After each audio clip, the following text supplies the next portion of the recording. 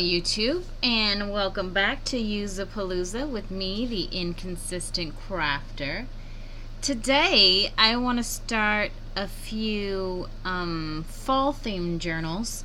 So I got a bunch of fall themed stuff in here, and I got a bunch of papers, and I got regular papers, and we're gonna get started. You know the drill.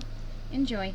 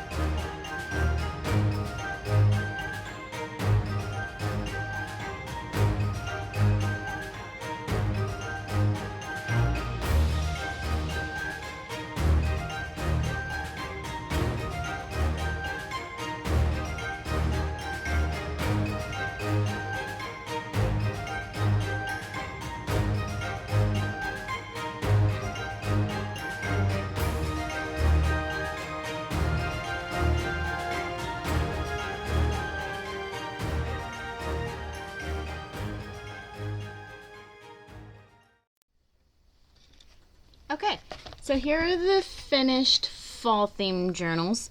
I actually didn't do too much to these. I left them pretty blank, so that way you could do your own thing to them. These will both be listed on my Etsy, Inconsistent Crafter. Remember, there's no the, but I did add the tag, so hopefully if you look up the Inconsistent Crafter, you'll still find me. Okay, so here's this one. Is that the front or the back? Yeah, that's the front. Okay.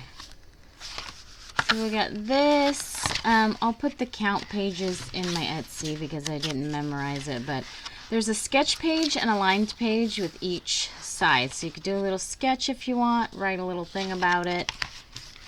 And there's 3 signatures in here.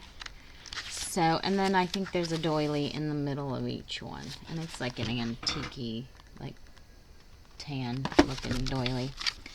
And then in the back there is a little bag, and that's it. This one's pretty simple and basic and ready for you to fill it up with your memories and stuff. And it's just got a simple little enclosure there for you.